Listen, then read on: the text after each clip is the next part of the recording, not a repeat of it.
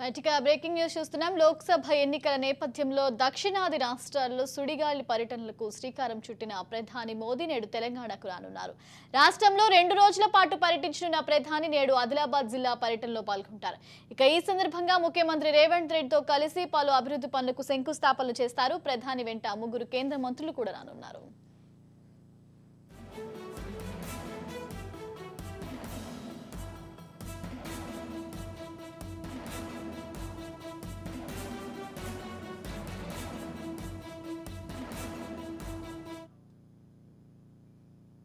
నేడు ప్రధాని Modi NTPC Ramagundam 2 unit అంబారి ఆదిలాబాద్ పింపల్కుట్టి ఎలక్ట్రీషియన్ ప్రాజెక్టులను జాతికి అంకితం చేస్తారు. దాదాపు 43 ఏళ్ల తర్వాత ఒక ప్రధాని జిల్లాలో పర్యటిస్తుండటంతో పార్టీ శ్రేణులు ఆయనకు ఘన స్వాగతం పలికేందుకు పెద్ద ఎత్తున ఏర్పాట్లు చేశారు.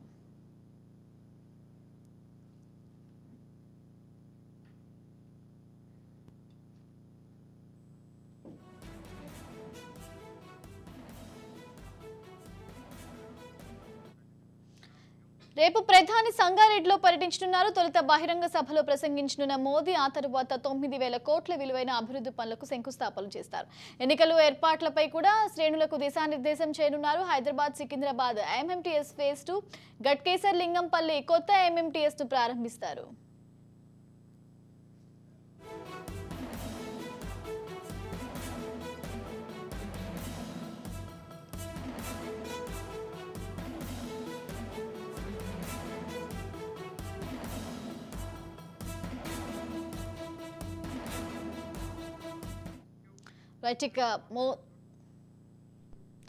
మోదీ పర్యటనకు సంబంధించి మరిన్ని డీటెయిల్స్ మా ప్రతినిధి స్వప్న అందిస్తారు. స్వప్న, ఇక మనం చూసుకుంటే తెలంగాణలో 2 రోజుల పాటు ప్రధాని మోదీ పర్యటించనున్నట్లు తెలుస్తుంది. అలాగే పలు అభివృద్ధి పనులకు కూడా శంకుస్థాపనలు చేయనున్నట్లు తెలుస్తుంది. సంబంధించి అప్డేట్ ఏంటి? మొత్తానికి ప్రధాని మోదీ తెలంగాణకి రావడం అనేది ఇప్పుడు అందరూ కూడా ఆసక్తిగా గమనిస్తున్నారు. ఎందుకంటే కేవలం ఆదిలాబాద్ లో జరిగే కార్యక్రమాల్లోనే 56,000 కోట్ల విలువ గలటువంటి అభివృద్ధి పనులకు శంకుస్థాపన చేస్తానని నిన్న స్వయంగా మోడీ ట్వీట్ చేశారు. సో మోడీ వచ్చిన తర్వాత ఏం చేస్తారు, ముఖ్యంగా ఏం మాట్లాడతారు అనేది ఇప్పుడు అందరూ ఆసక్తిగా గమనిస్తున్నటువంటి విషయం. మొత్తానికైతే ఈ రోజు ఆదిలాబాద్ పర్యటన ఉండబోతుంది మోదీకి సంబంధించి. ఆదిలాబాద్ టూర్ లో భాగంగా ఇప్పటికే కిషన్ రెడ్డి ఆదిలాబాద్ వెళ్లారు. అక్కడ ఉన్నటువంటి కార్యక్రమాలన్నీ కూడా పర్యవేక్షించడం జరుగుతుంది. ఆ తర్వాత ఇప్పుడు మోదీ వచ్చి ఏం మాట్లాడతారు, అక్కడ ఇప్పటి వరకైతే సిట్టింగ్ ఎంపీగా ఉన్నటువంటి వ్యక్తికైతే సీట్ ఇవ్వలేదు సోయం పవన్కి. మరి దానికి సంబంధించి ఏమైనా మాట్లాడతారా, ఇంకా ఏం చెప్తారు ఏంటి అనేది మనం ఎదురు చూడాల్సి ఉంటుంది. సో మొత్తానికి ఈ రోజు జరుగుతున్నటువంటి మోదీ షెడ్యూల్ ని ఒకసారి మనం చూసుకుందాం. మోడీ షెడ్యూల్ ప్రకారం అయితే ఈ రోజు రాబోతున్నారనేటువంటి విషయం అయితే మనందరికి తెలుసు. అయితే మోదీకి సంబంధించి ఆయన ఏం మాట్లాడతారు అనేది మనం కీలకంగా తీసుకోవాల్సినటువంటి విషయం. ఇటు బీజేపీకి సంబంధించి at the same time BRS కి సంబంధించి కూడా ఇద్దరిని టార్గెట్ చేస్తూ మాట్లాడబోతారు అన్నట్టుగా అయితే తెలుస్తుంది. ఈ శంకుస్థాపన కార్యక్రమాలకు సంబంధించి కానీ ఏ విధంగా ఉంటాయి ఏంటి అనేది ఆల్రెడీ నిన్న మనం చెప్పుకోవడం జరిగింది. ఈ మొత్తం బేగంపేట విమానాశ్రయంలో 400 కోట్లతో నిర్వహించిన పౌర విమానయాన పరిశోధన సంస్థ ఒకటి ఉంది, దాన్ని కూడా ప్రారంభించబోతారు. ఇది సంగారెడ్డికి సంబంధించి. ఒకసారి మనం ఆదిలాబాద్ చూసుకుంటే 6,000 కోట్లతో నిర్మాణం రామగుండంలో ఎన్టీపీసీ నిర్మించినటువంటి 2వ థర్మల్ పవర్ యూనిట్ ఉంది, దాన్ని ప్రారంభిస్తారు. అదేవిధంగా 70 కోట్లతో అంబారి అంటే ఆదిలాబాద్ పింపాలకుట్ట రైల్వే లైన్ ఒకటి ఉంది, దాన్ని విద్యుదీకరణ చేయాల్సినటువంటి అవసరం ఉంది, దానికి సంబంధించినటువంటి కార్యక్రమాలు చేపట్టబోతున్నారు. అదేవిధంగా ఆదిలాబాద్ పర్యటనలో భాగంగా ఫిజికల్ గా వర్చువల్ గా 6,697 కోట్లతో పూర్తి పనులు శంకుస్థాపన కార్యక్రమాలు ఉంటాయి. అండ్ 491 NH 353Bకి సంబంధించి దాదాపు 32.970 కిలోమీటర్ల పొడవైనటువంటి 2 లైన్లు హైవే విస్తీర్ణం ఉంది, దీనికి సంబంధించినటువంటి కార్యక్రమం ఉంటుంది. అదేవిధంగా 136 కోట్లతో NH 163 హైదరాబాద్ భూపాలపట్నం రహదారి ఉంది. సో ఈ కార్యక్రమాలకైతే శంకుస్థాపన చేయబోతున్నారు. వీటితో పాటు ఒక సభ కూడా ఉంటుంది కాబట్టి సభలో ఏం మాట్లాడతారో అనేది చూసుకోవాల్సి ఉంటుంది.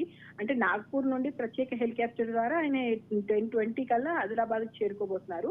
10:30, 11 వరకు అధికారిక కార్యక్రమాలు ఉంటాయి. వీటిని కొన్ని వర్చువల్ గా స్టార్ట్ చేస్తారు, కొన్ని అక్కడే భూమి పూజ చేసేటువంటి కార్యక్రమాలు ఉంటాయి. తర్వాత 11 నుంచి 12 వరకు పార్టీ పరంగా ఒక పెద్ద బహిరంగ సభ ఏర్పాటు చేశారు. ఈ బహిరంగ సభలో మాట్లాడబోతున్నారు. అంటే బహిరంగ సభలో ఏం మాట్లాడతారు అంటే స్టేజ్ మీద ఎవరు ఉంటారు, ఆ స్వయం బాబురావు ఉంటాడా, స్వయం బాబురావు లేకుండా ఇంకెవరినన్నా అక్కడ ఉండబోతారా, దాన్ని బట్టి మన క్యాండిడేట్ ఎవరు అనేటువంటి ఆసక్తి కూడా తెరదిగేటువంటి అవకాశం కనిపిస్తుంది. సో ఈ తర్వాత ఆయన తమిళనాడు వెళ్ళబోతున్నారు. ఇక్కడ నుంచి మళ్ళీ తమిళనాడులో కొన్ని కార్యక్రమాలు ఉన్నాయి, అక్కడికి వెళ్ళబోతున్నారు. ఆ తర్వాత 7:45 కి మళ్ళీ ప్రత్యేక విమానంలో నరేంద్ర మోదీ ఇక్కడికి రాబోతున్నారు హైదరాబాద్. ఈ రోజు రాత్రి 8 గంటలకు హైదరాబాద్ చేరుకున్న తర్వాత రాజ్భవన్ లో బస చేయబోతున్నారు. ఈ రాజ్భవన్ లో బస చేయడంతో పాటు ముఖ్య నాయకులందరినీ కూడా కలిసేటువంటి అవకాశం ఉంది, వాళ్ళకు దిశానిర్దేశం చేసే అవకాశం ఉంది. అండ్ ఇక్కడ ఉన్నటువంటి ఏ విధంగా ఉన్నాయి పనులు, ఏ విధంగా జరుగుతున్నాయి, 10 మనం టార్గెట్ అనుకున్నాం కాబట్టి ఆ టార్గెట్ అచీవ్ అవ్వగలుగుతామా, ఏ అభ్యర్థికి సంబంధించి వాళ్ళ దగ్గర ఉన్న ఇన్ఫర్మేషన్ ఏంటి, ఇక్కడ నాయకులతో మాట్లాడి ఇంకా మనం ఏం చేస్తే బాగుంటుంది ఏంటి ఓవరాల్ గా డిస్కషన్ పెట్టొచ్చు. అండ్ ఇక్కడ ఒక రూట్ మ్యాప్ అయితే ఖచ్చితంగా మోదీ ఇచ్చి వెళ్ళేటువంటి అవకాశం అయితే కనిపిస్తుంది. ఏది ఏమైనా మోదీ రావడం అనేది స్వప్న మనం చూసుకుంటే ఇక మోదీ రాకలో ఒక అరగంట ఆలస్యంగా తెలుస్తున్నట్లు మనకు కనిపిస్తోంది. దీనికి సంబంధించి ఏం చెప్తారు? ప్రస్తుతం అయితే కొద్దిసేపటి క్రితమే ఇన్ఫర్మేషన్ వచ్చింది. నిజానికైతే Modi minute to minute schedule ప్రకారం అయితే నాగపూర్ నుండి ఇప్పటికే హెలికాప్టర్ లో బయలుదేరి 10:20 కల్లా ఆయన ఆదిలాబాద్ చేరుకోవాలి. అంటే నాగపూర్ లో ఇంకా స్టార్ట్ అవ్వలేదు, అక్కడ కొంచెం టైం పట్టుకున్నట్టుగా మనకు అర్థమవుతుంది. ఈ లెక్కన తీసుకుంటే మాత్రం ఇంకా నాగపూర్ లో స్టార్ట్ కావలేదు కాబట్టి నాగపూర్ లో కార్యక్రమాలు ఇంకా బిజీగా ఉన్నారు. అయిపోయి ఆయన వచ్చి అక్కడి నుంచి ఇక్కడికి అంటే మేబీ హాఫ్ అన్ అవర్ తేడా అయ్యే అవకాశం, హాఫ్ అన్ అవర్ మీరు అన్నట్టుగా డిలే అయ్యే అవకాశం ఉంది.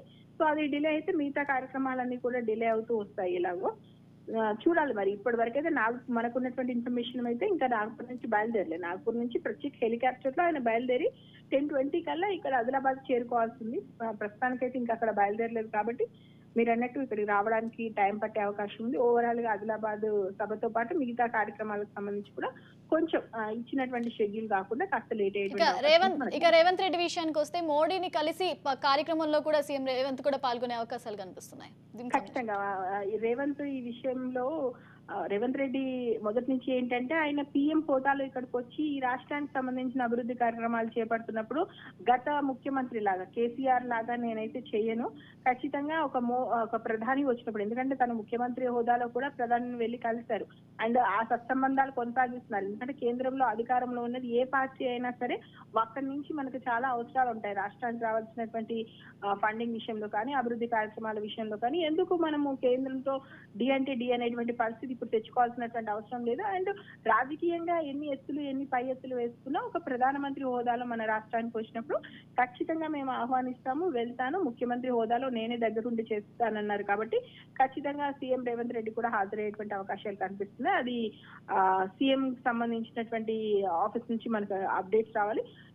ఎనీహౌ ఖచ్చితంగా ఈ గత ప్రభుత్వాలు చేసినట్టుగా అంటే సేమ్ కేసీఆర్ చేసినట్టుగా, ఎందుకంటే ప్రధాని మోదీ వచ్చిన ప్రతిసారి కూడా సై అంటే సై అన్నట్టుగా ఏదో కార్యక్రమాలు పెట్టుకొని కావాలని రాకుండా చాలా అంటే ఒక సీఎం పిఎం హోదాలో వచ్చినటువంటి వ్యక్తిని రిసీవ్ చేసుకోవడం అనేది మనం కామన్ గా కనీసం రెస్పాన్సిబిలిటీ, అది ఆ రెస్పాన్సిబిలిటీ లేకుండా అనవసరమైనటువంటి బేషిజాలకు పోయారు అని చెప్పేసి అప్పుడు కాంగ్రెస్ చెప్పింది. కాబట్టి ఇప్పుడు ఆ పరిస్థితులు తెచ్చుకోకపోవచ్చు. Right, thank you Swapna.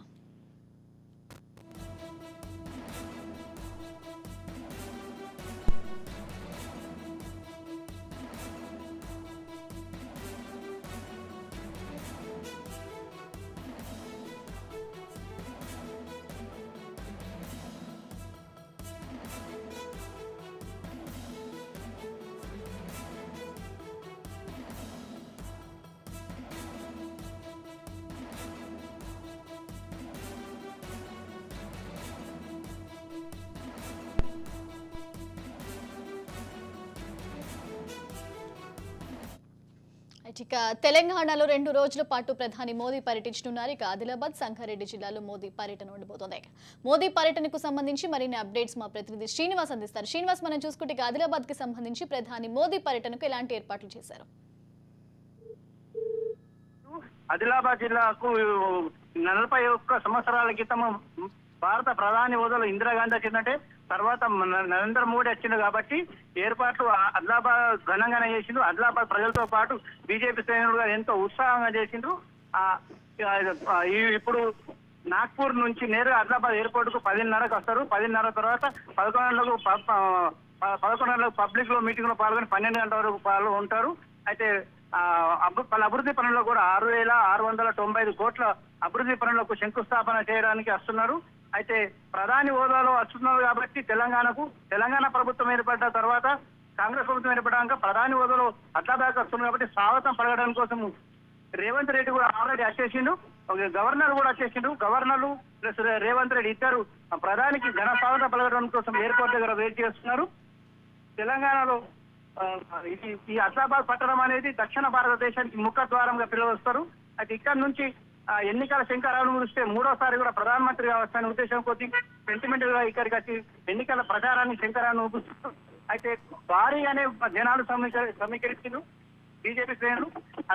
MP segment లో 7 అసెంబ్లీ సెగ్మెంట్లు ఉంటాయి. ఇందులో 4 సెగ్మెంట్లు స్థానాలు బీజేపీ కైవసం చేస్తున్నాం కాబట్టి ఆ ఎమ్మెల్యేలు 4 ప్లస్ ఆశావాదులు ఎక్కువ మంది ఉండడానికి భారీగానే ఏర్పాటు చేసిండ్రు. అయితే ప్రధాని అడవుల జిల్లా కాబట్టి ప్రధాని సెక్యూరిటీ కూడా ప్రత్యేకంగా ఉన్నది. గత 15 రోజుల నుంచి రిహార్సల్ చేస్తూ వీళ్ళు సెక్యూరిటీ చేస్తూ భారీ బందోబస్తు మధ్యన బహిరంగ సభ జరుగుతుంది. Right, thank you Srinivas.